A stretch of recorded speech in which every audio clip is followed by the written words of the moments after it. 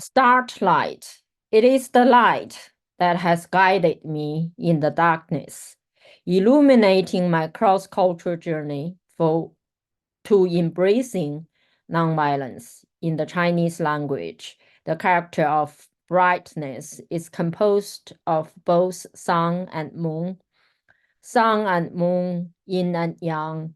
Without either pole, life does not exist.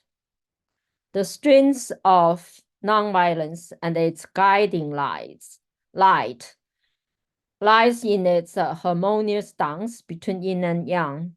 Years ago, watching the rippling effect of starlight in the reflection of a lake one night, I was hit by a revelation. There's healing in the dark. There's dancing with the shadow in stillness.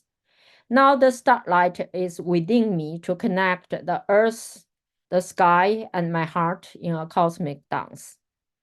Collectively, we are experiencing social, political, cultural, and environmental crises as never before. The past few years of the COVID-19 global pandemic remind us of the interdependence of the human condition. Yet the racial, gendered, economic, and ideological conflicts and fragmentation have intensified. In the local communities, the memories of historical trauma, such as indigenous peoples, intergenerational suffering, and the Tulsa Race Massacre of 1921, have not been fully addressed, and their contemporary forms are still embedded in the interlocking mechanisms of white supremacy, patriarchy, and social, economic, and environmental exploitation. With climate change pricing on us, time is running out. In this sense of urgency, nonviolence has become a call of our time to transcend polarization, enhance educational achievement, and shift relational dynamics towards our own and the planet's mutual survival, sustainability, and flourishing. Martin Luther King Jr. called on us more than half a century ago, nonviolence or non-existence. It rings even more true today. However, there is an opportunity in crisis, as the two-character term for crisis in Chinese language clearly indicates danger and opportunity.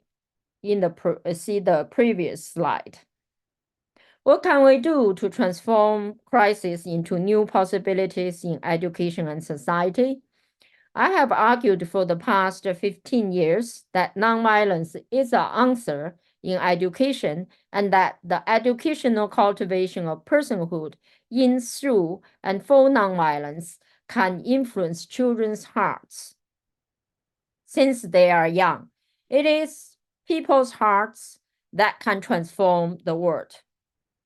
Nonviolence is not new. It's part of international and indigenous heritages as a way of life. Here are some symbols OLSU students put together. Nonviolence is the direct translation of ahimsa from the Indian tradition, not doing harm in thought, words, and action. Over the years, I have drawn upon 6 different and overarching theories and interwoven them to formulate how educational theory and practice can be illuminated by the starlight of nonviolence.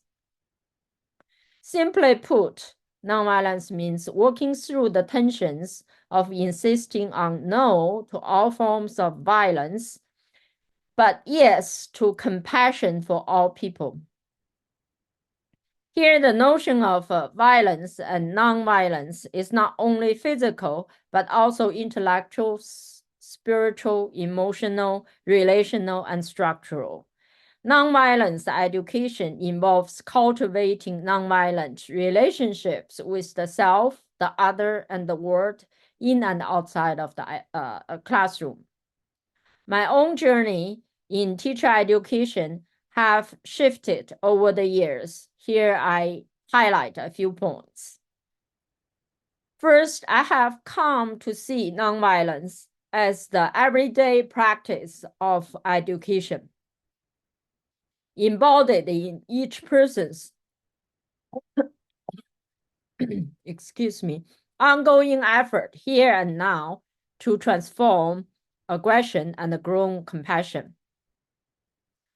In the process of achieving attunement between body, mind, and spirit, within the self and between the self and the other, nonviolence is not reified as an ideal, but is a verb in movement. It's not about eliminating violence once for all, or destroying systems and structures once for all, but about dwelling intentions to infuse integrative life energy into educational dynamics. Nonviolence education also allows curriculum to emerge rather than follow a predetermined path and allows students to become, including allowing students to question and refuse nonviolence. Such a practice requires an intertwined relationship between the inner and outer work. As Gandhi's practice of nonviolence clearly demonstrates, he also insists that everybody with persistent effort can do so. As a daily practice of education, nonviolence work supports teachers' attunement to students, to the complexity of students' inner lives in social contexts, and to the relational dynamics of teaching and learning. As Jenny points out, with mindful awareness and presence, we as teachers may not be able to meet each individual's specific needs, but we can meet all students' need for relationship. Nagler affirms the need of humanity for fellowship, belonging, and affiliation. Pedagogical deep listening may not fix the problem right away, but being there with students can make a difference. Dwelling intentions also means that sometimes aggression may tip the scale, but we can return to holding a nonviolent position and renew our efforts. Secondly, nonviolence goes beyond binary thinking. It's more than a negation of violence. The interconnectedness in which nonviolence is rooted goes beyond the boundary of the body and the mind, the self and the other, and the individual and the collective. Often we are limited by dualistic thinking. For instance, discussing about whether nonviolence is passive or active as if there are only two positions. But there are many different shades of nonviolent relations that do not follow any straight lines, but curve through cracks and openings. Nonviolent resistance can be practiced by even elementary students with a democratic teacher, as the documentary Children Full of Life demonstrates. But there are many other modes of education: contemplative, integrative, holistic, embodied, artistic, and imaginative modes that foregrounds the non-duality of the self and the world. These modes cultivate students' integrative and compassionate capacity, so they know how to deal with conflicts and then dissolve violence before it emerges.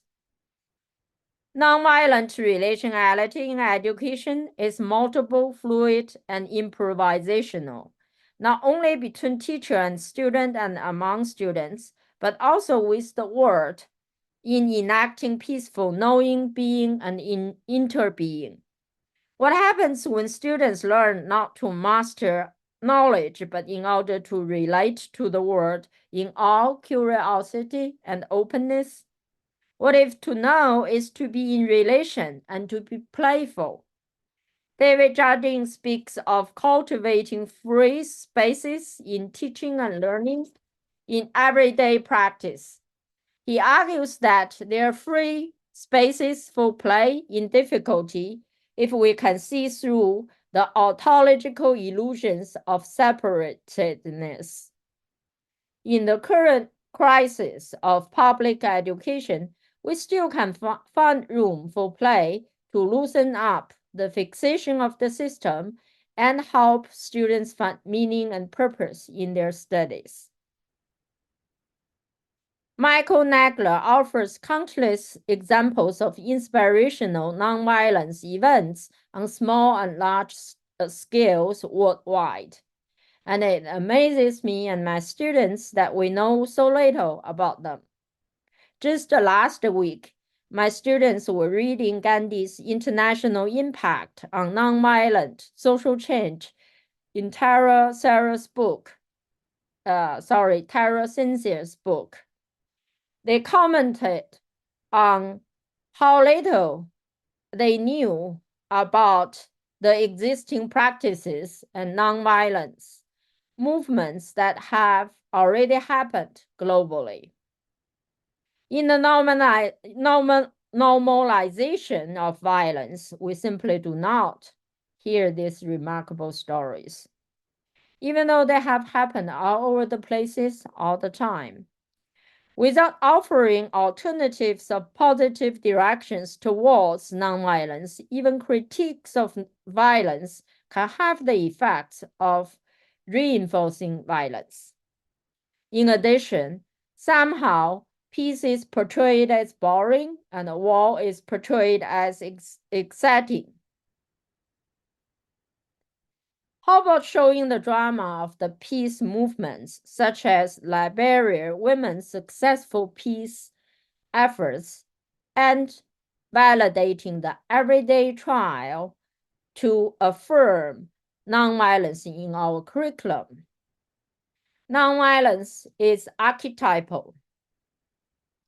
Third, nonviolence work is about shifting the nature of relationality, because relational dynamics are what change individual components of a system. The focus on relationships also highlights the role of making connections across differences. We often see commonality as the bridge for making connections. However, I always ask, can difference connect? Erasing difference can be a form of violence. Social violence often happens to those who are portrayed as or perceived as different in one way or another, and the psychical violence of repressing the unaccepted elements of the self often leads to projecting those elements onto others as the carriers of the shadow. If students are educated in a school system in which difference is not an obstacle and the stranger is not rejected, we can have a better world in which we can realize the potentiality of difference. On the 1-year anniversary of my father's death this January, I signed another peace petition for a Gaza ceasefire as a memorial to him. Ceasefire is about stopping violence and aggression on both parties. We glorify nationalism, military conquest, and heroism substantially in school curricula, while peace is mentioned only in a few lines as the end to war. But Dr. Jing teaches us that winning a battle should be followed by a funeral rather than a celebration. There's no winner in a war, but only destruction on both sides in different ways, in different times, and the cycle of violence keeps rolling. Yin and Yang cannot become enemies in Taoism, because when Yang accumulates to the extreme, it becomes yin, and vice versa. They simply cannot eliminate each other. For the past few months, I have engaged intensely in my emotional work. The live streaming of destruction, horror, and brutality filled with children suffering in Gaza has shocked me to the core of my humanity. Despite the inspiring worldwide protests and the majority of the American people's support for a ceasefire, the Israel-Gaza war is still ongoing. At first, the raw anger and sorrow turned me against this so-called post-colonial world.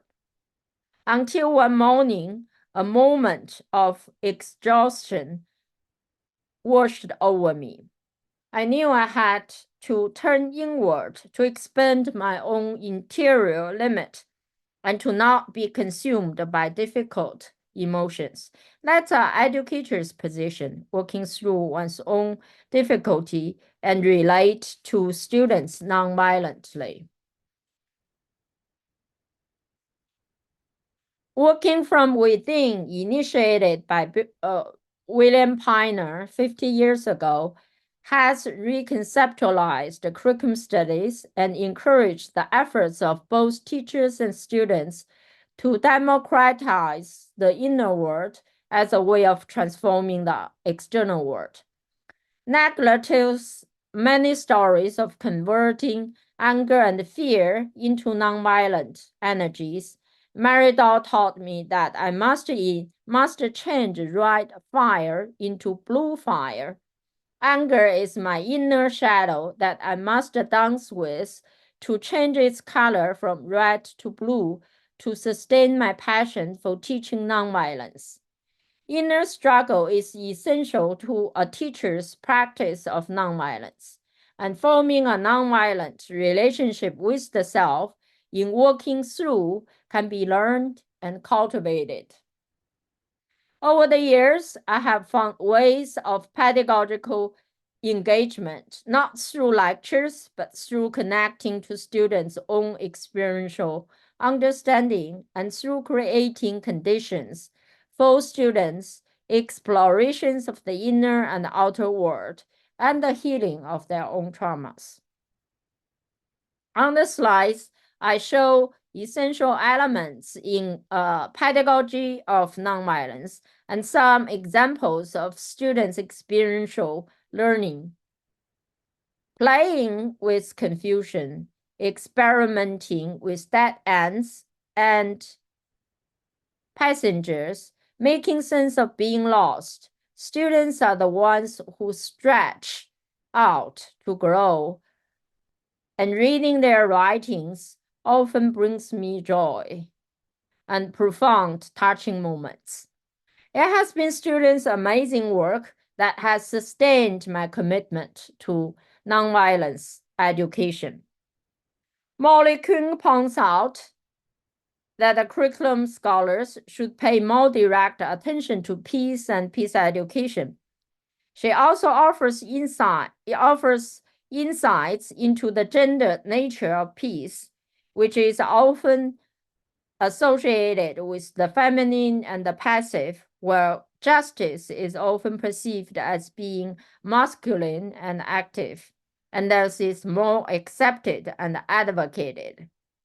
I have certainly experienced such a dynamic in teaching, as nonviolence has been a lot more difficult to teach than social justice, and also in my academic presentations in many places. I don't mean to pick one against the other, as both should be valued, but nonviolence should not be marginalized. For me, nonviolence is a radical form of courage and love, challenging all forms of violence while refusing to demonize the other. Integrating the shadow in the individual and the cultural unconscious, nonviolence work extends compassion to all. It is a life force. Curriculum scholar Mandrun Gourmet argues for thinking back through our mothers individually and collectively. Claiming maternal traditions rather than paternal authority, it does not mean becoming the same as our mothers, nor does it mean negating them. It means foregrounding women's stories and experiences as the basis of becoming ourselves to open new possibilities. As you see some fragmented stories of my mother's life history, my mother's compassion, moral integrity, and courage to resist injustice has been imprinted in my relational orientation to the world. In my own becoming, I have become committed to nonviolence education. Lisa Smith also claims the maternal embodiment and hospitality in her elaboration of curriculum as community building in the midst of difference. As Butler points out, vulnerability is less a feeling than a shared life condition for humanity, connecting us to one another and to the institutional and social support. We are all born into dependency and interdependency. Julia Kristeva also argues that being with others through our own weakness and vulnerability is the basis for refusing to see in the other an enemy. If accepting such a condition is not part of the social and the cultural constructions of American manhood, then it is time to deconstruct it and infuse a fuller range of relationality. I would like to end the presentation by affirming that nonviolence is a radical form of love, love without control and domination. We say I love you every day in the US, but how many times are we actually suggesting do what I want you to do? They are controlling mechanisms in our everyday relationships of love. The same implied imposition of demands in our interpersonal relationship also needs to be empathed out in pedagogical relationship. In the educational context, the loving energy of nonviolence does not impose change, but enables transformation. It is about changing people's hearts, where lies the role of nonviolence education. Having felt almost alone onto this path, now I'm excited to find many companions at this conference. Enacting nonviolence in the everyday practice of teaching, education, and studies in lived experience is the path that each of us needs to walk, one step at a time, alone and together, to deepen and widen new possibilities. If there's actual darkness in our time, together we can dance through the night under the starlight of nonviolence to welcome the first rays of a new dawn. That's the burden we must bear, the responsibility we must take, and also our joy in co-journeying through the here and now to mutually flourishing tomorrow that can still exist on this planet. Thank you. Thank you, Hongyu, for that beautiful presentation you shared with us. It's such a rich paper for this collaborative presentation we're doing, rooted in your years of theorizing, practicing, and researching nonviolence education. So thank you for all you've shared with us here at the conference. As Hongyu mentioned, my name is Jennifer Schneider, and I'm an assistant professor here at Oklahoma State University. And my presentation this evening is going to focus on the Art for Peace project, which is happening throughout the conference. This includes an interactive art making experience for all attendees, as well as exhibited artworks. So we hope that you take the time to participate in some art making and viewing of artworks. And we're really excited to have art as part of the conversation here for peace and nonviolence. So my presentation is going to talk about art for peace. So I'm going to share some initial thoughts about art and then speak around 6 possibilities that I see as connections between art and nonviolence.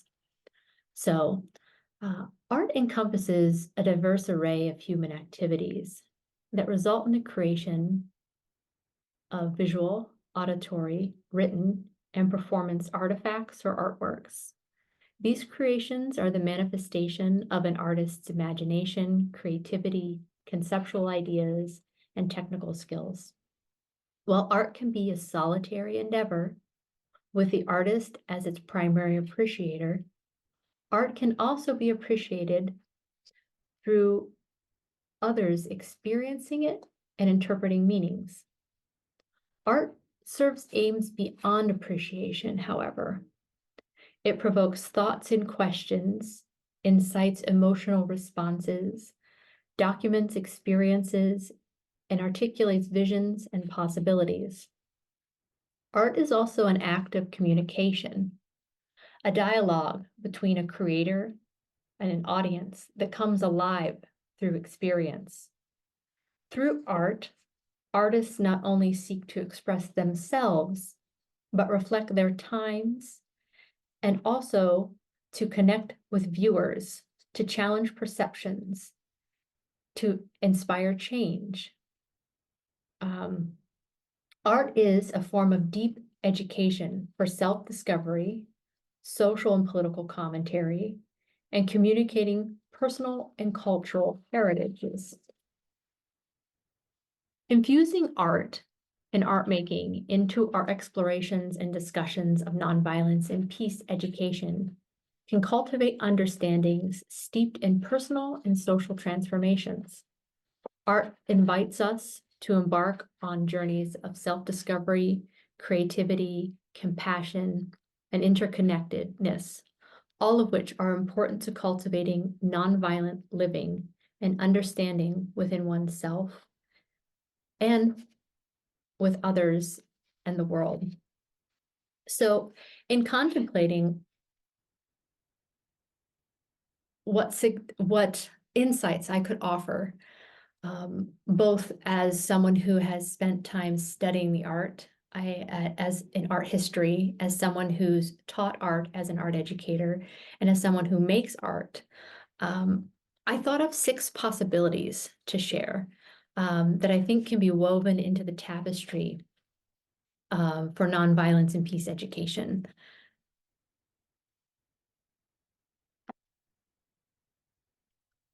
So these are the 6 possibilities I'm going to talk about briefly. And the first possibility is what I'm going to talk about first. So the first possibility that I see between art and nonviolence is that art is a way for us to share our histories of nonviolence. So on the slide, you'll see several images, and on the following slide to come, you'll see some more. But throughout history, art has been used to explore and process issues around violence, as well as championing for nonviolence and peace. So on this slide, in image number 1 and 2, we'll see part of the Buddhist heritage in art. So Buddhists have created intricate mandalas, like in number 1, as well as tankas, which are scenic depictions of Buddha in number 2 here. And these images and these art-making experiences have long inspired meditations on inner peace, interconnectedness of life, compassion, and change. We also have images in early in Christian depictions of Jesus, of Christ. So number 3 here, we have an image of Christ washing the feet of disciples. which is often a message promoting love and steering hearts towards love and nonviolence. Such spiritual artistry has also paved the way for profound works such as the likes of Picasso's Guernica, which is number 4 here on the slide, which is a visceral statement against the cruelties of war that Picasso witnessed in the bombing of Spain. We also have Francisco Goya, a number 5 there at the top, with his haunting depiction of conflict called the 3rd of May, 1808. So Picasso and Goya together are artists that articulate humanity's violence and the deepest anguishes that go along with that, but also yearnings for nonviolence, harmony, and unity.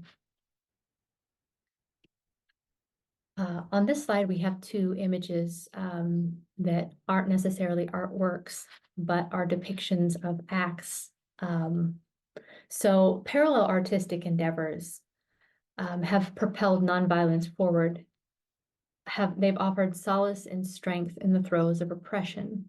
So in image number 6 here, we see Mahatma Gandhi, and he emphasized spinning and weaving, and these became visual symbols and a symbolic practice during India's freedom movement.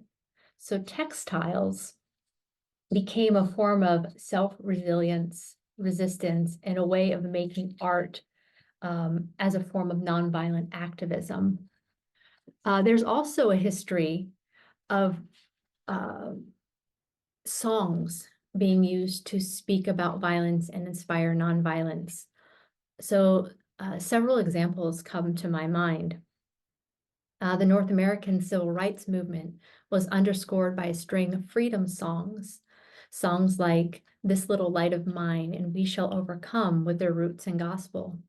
Another example we can see in the song titled Ohio, which was written by the band Crosby, Stills, Nash and Young, which was created in response to the horror, rage, and sadness of May 4th, 1970, that happened at Kent State University, in which the National Guard opened fire upon students who were demonstrating against the Vietnam War. And in that incident, 9 students were wounded and 4 were killed. So in picture 7 there, image 7, we have an example of a picture taken from that demonstration that was happening in 1970. We also there's also evidence during apartheid in South Africa from 1948 to 1994, the legal segregation of human beings, racial segregation of human beings, and this sort of period of violence and oppression that existed then. Art forms were a very important part of that, whether they were murals or posters or graphic art.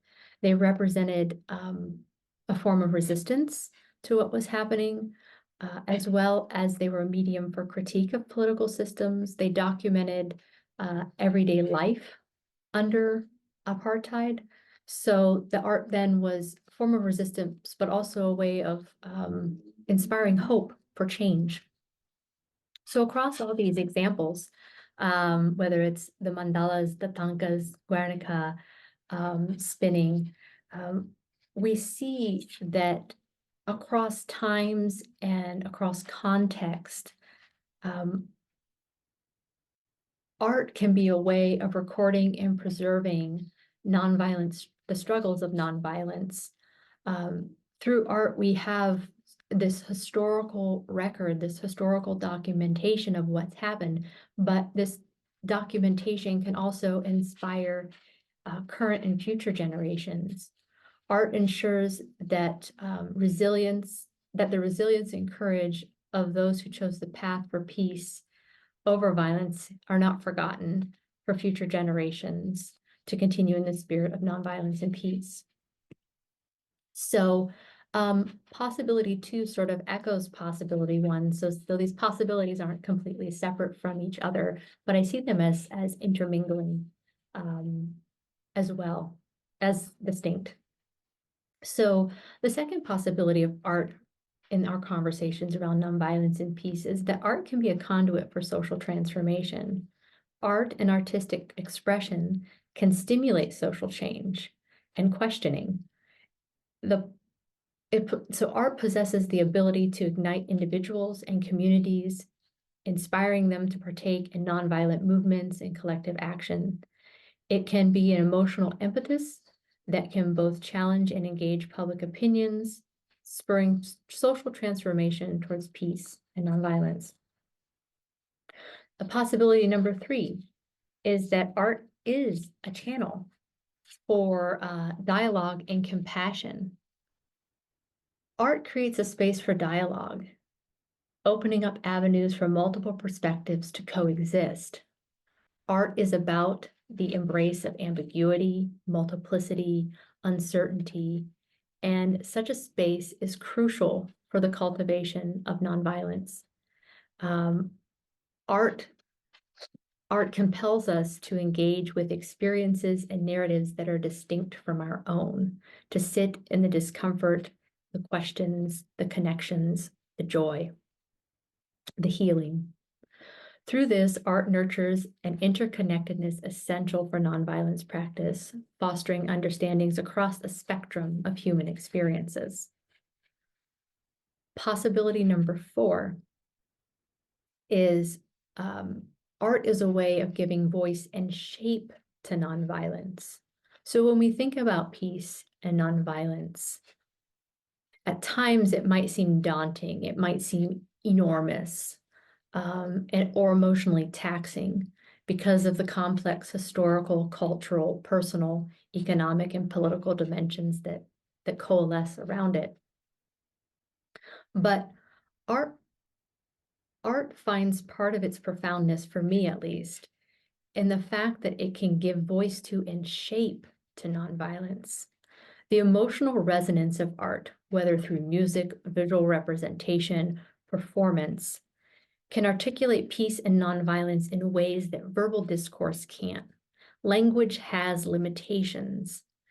Art makes the abstract tangible, speaking directly through the sensory and emotional realms of human experience. Art can be a bridge that art can bridge this gap that sometimes happens in communication and understanding. And art always opens up new interpretive pathways rather than narrowing of thought. Like the visual and auditory components, poetry and fiction are also forms of art, forms for speaking about, to, and from the experiential, the phenomenological, the sensorial, and emotional realms of human experience. And they too offer bridges that are often hard to do in conventional language. These forms of writing, poetry, fiction, can help us grasp abstract concepts through words, through images, through metaphors, through dialogues, through characters, through analogies, and through our own personal intimate responses with texts. So art gives shape to nonviolence, and opens us to understanding human experiences in a way that sometimes conventional language can't do. The fifth possibility that I see is that art is a way of healing. So art's role extends beyond sort of the aesthetic and the communicative possibilities.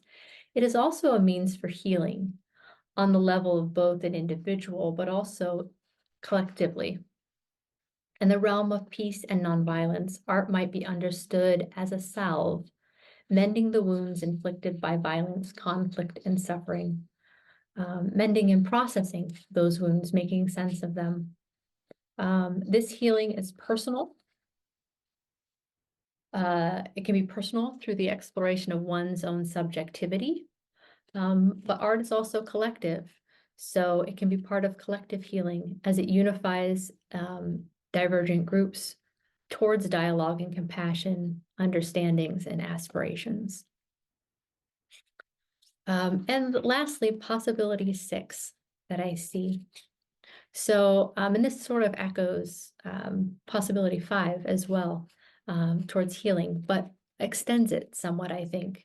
So possibility 6 is that art in its most introspective form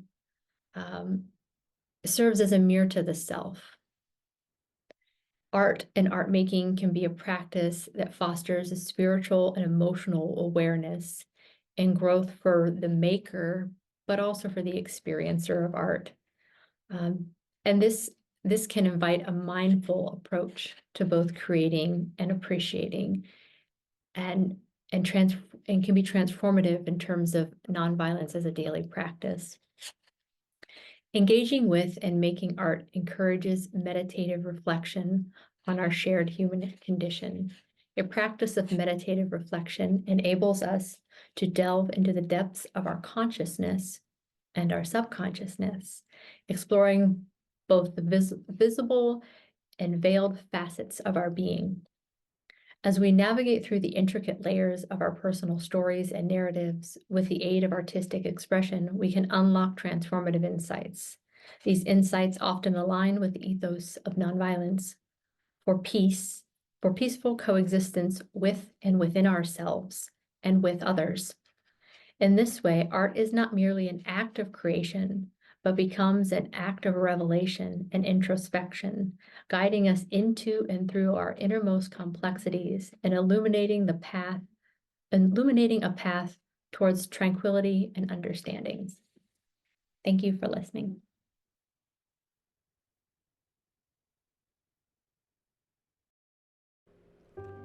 Good evening and welcome to OSU-Tulsa. My name is Vanessa Jones. I'm honored to be here this evening to share insights into the curriculum of nonviolence, particularly in the context of early childhood and elementary education. In a world too often marked by conflict, intolerance, and division, the importance of instilling values of peace, empathy, and cooperation cannot be overstated. And it's possible to start with very young children. I am fortunate enough to be both a PhD student here at OSU and the principal of a local independent elementary school where we educate young children from 3 years of age through 3rd grade. At my school, Holland Hall, we have embraced a holistic approach to fostering nonviolence, one that integrates seamlessly into every aspect of our educational program. Allow me to walk you through some of the key components of our approach, which includes the areas of embracing the outdoors, classroom experiences, our school community, and yoga and mindfulness. You will notice these in the pictures playing behind me. On our campus, we're incredibly lucky to have 160 acres for our use. Several of these acres are wooded. Nature provides an unparalleled classroom for learning. With this land at our disposal, we have transformed our outdoor spaces into dynamic learning environments where children can explore, discover, and connect with the world around them. Here, amidst the beauty of nature, students learn the value of respect for all living things and develop a deep appreciation for the interconnectedness of life.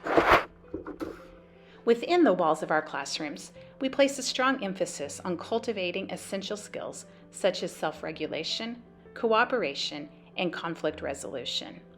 Through carefully crafted experiences and activities, including group discussions, role-playing scenarios, dramatic play activities, and collaborative projects, students learn to identify and manage their emotions, communicate effectively with others, and resolve conflicts peacefully.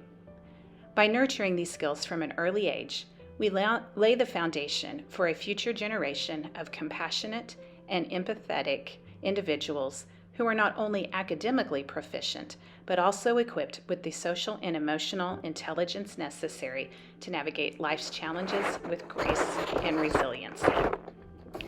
The focus on relationships and relationship building is not merely incidental. Rather, it is rooted in a profound understanding of child development and the critical role that early experiences play in shaping lifelong behaviors and attitudes. Research consistently shows that children who receive instruction in social emotional skills from a young age are better equipped to navigate the complexities of interpersonal relationships, succeed academically, and lead fulfilling lives. In essence, our work is not just about preparing children for academic success. It's about nurturing their holistic development and laying the groundwork for a future generation of empathetic and socially responsible citizens. This mission is reflected in our school's ethos, encapsulated in our mission statement, which states, "We seek to foster in each student a strong moral foundation and a deep sense of social responsibility." In so many ways, this is accomplished through the teaching the skills of nonviolence to our young learners.